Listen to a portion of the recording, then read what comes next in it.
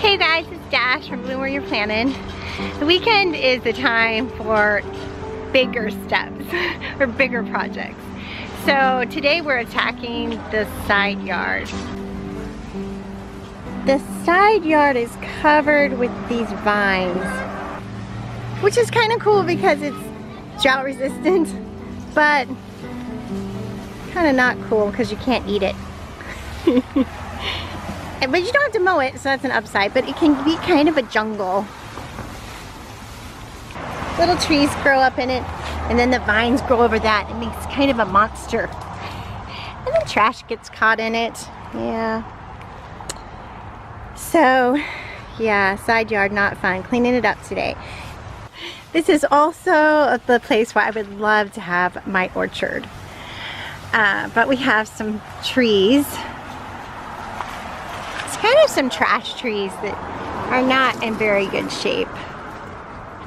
A lot of dead wood. Those trees really need to come down, but it is pretty expensive to take down trees. So I'm kind of stuck with a lot of shade over here, a lot of trees I don't want, and I really want some fruit trees, and I would love to have an elderberry bush, a couple of elderberry bushes, so I could make elderberry syrup and different things. So I'd love to have this part of the yard producing. And I did start, I had a little beginning, right up here where the water comes off the roof.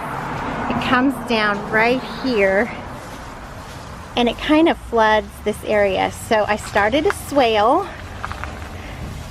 but I was a little overcome with it. So, meaning it defeated me. So it's just overgrown now. My idea was to have a swale coming through here that would keep the water, like divert the water onto the property and keep it there longer for the fruit trees. So, but it did overcome me. It was a big job with a shovel. Me with a shovel. So that didn't happen. But anyway, so we're just attacking this area today, getting it cleared out of the trees and some limbs and stuff. Just getting it cleaned up really, so that we can do something with it.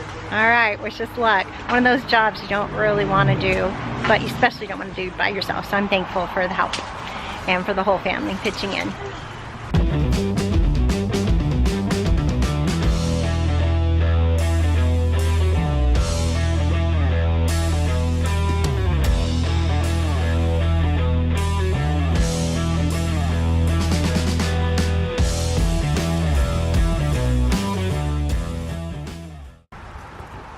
Yay, we're all done.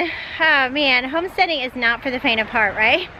I'm exhausted. I'm waiting for my turn in the shower, but I wanted to show you guys, while we don't have enough money to get these trees cut down, we did make some room in between to let in some more sunlight.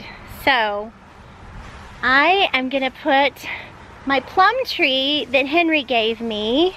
Henry's got a plum started he's gonna give me. Tell us about your plum tree. It has a neat history. This little plum tree is unusual. I have the that one right there is where I got this little start from. They come up from the roots, and so that means they have the exact genetics that goes on back forever. There's no pollination with other plums, and I got my start about 35 years ago from an old gentleman up in Oklahoma who brought them up to where he lived at close to Medill when the Corps of Engineers took their farm to build Lake Texoma. Oh yeah. So he brought a start from there, and his parents had brought theirs from back east, Kentucky or Tennessee, when they moved in a covered wagon through Indian Territory and started. So this is the exact genetics as the one that goes back 140, 50 years. So that's so exciting. But they make beautiful here little it is. plums, nice sized plums, and when they're ripe, you can just eat them off the tree and they're just sweet and just tasty. You just eat all you want. Or they make the best jelly. Oh my goodness. You take that juice and it makes a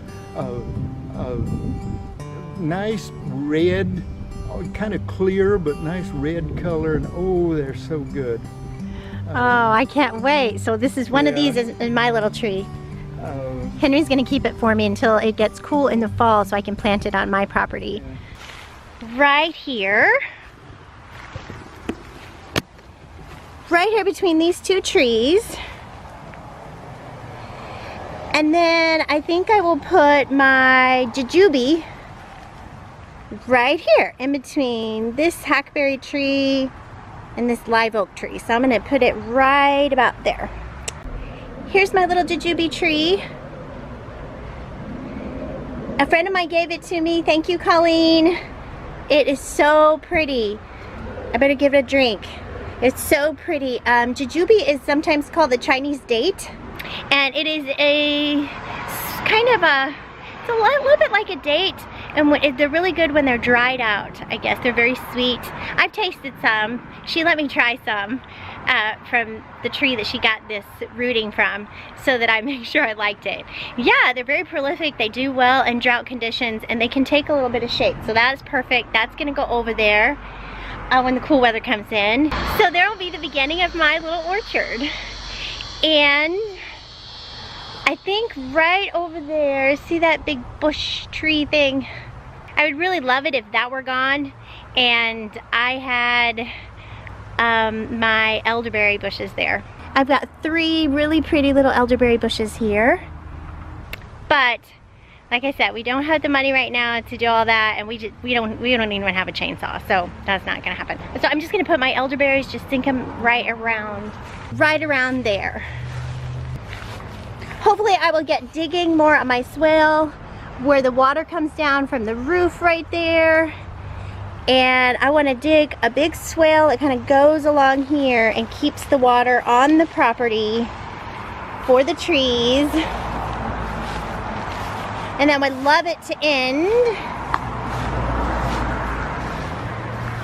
in a big kind of pond reservoir right about there. Right about there. And then I would like to plant some trees around that. And some persimmon trees. I think that's what I've decided on. I'd really much rather have like pears, but they get like fire blight here very badly. So they tried some pears right over the community garden just across the way from me, and they got destroyed with fire blight right off. And so apple trees are also very hard for us to do, one of the hardest. Even peach trees don't have just a real long life here. Some of these other more unusual trees, like this old plum tree with this genetic heritage that goes way back, is gonna be a winner, I think. And the Jujubee Tree is gonna do really well, I think. And persimmons, they have some new varieties of persimmons. Persimmons can be very astringent and but they have some new varieties, and so I would like to try like a group of 3 of them together, and maybe some different varieties. Well, we're on the subject of trees that I want for my property and that you might want too. There is the mulberry tree.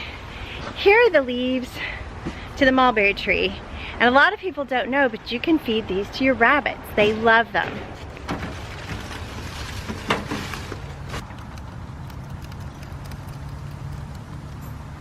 So mulberries grow pretty good around here, but since a lot of people around here in Dallas, Texas aren't trying to grow their own food, a lot of people have fruitless mulberries. So those are very common. But I want a fruited mulberry tree on my property, and I'll show you where. This tree right here is in my chicken yard, and it's the only thing shading the chicken yard, but as you can tell, it's really struggling.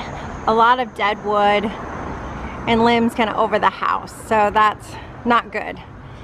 Anyway, I think it's on its way out, but like I said, we don't have the money to get this tree cut down. So in the meantime, while we wait for provision on that, I am going to put a little tree here, a mulberry tree, right back there behind my beehive. Of course, I'll really have to protect it from my chickens.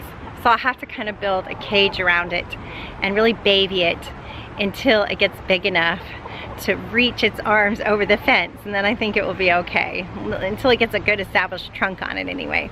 So I'm looking forward to a fruited mulberry this fall, sinking one in, and my friend Henry has one in his property, so I'm gonna take you with me and see if I can do an air graft on it and get another one rooted for me to put on my property. So we'll do that together, it'll be fun.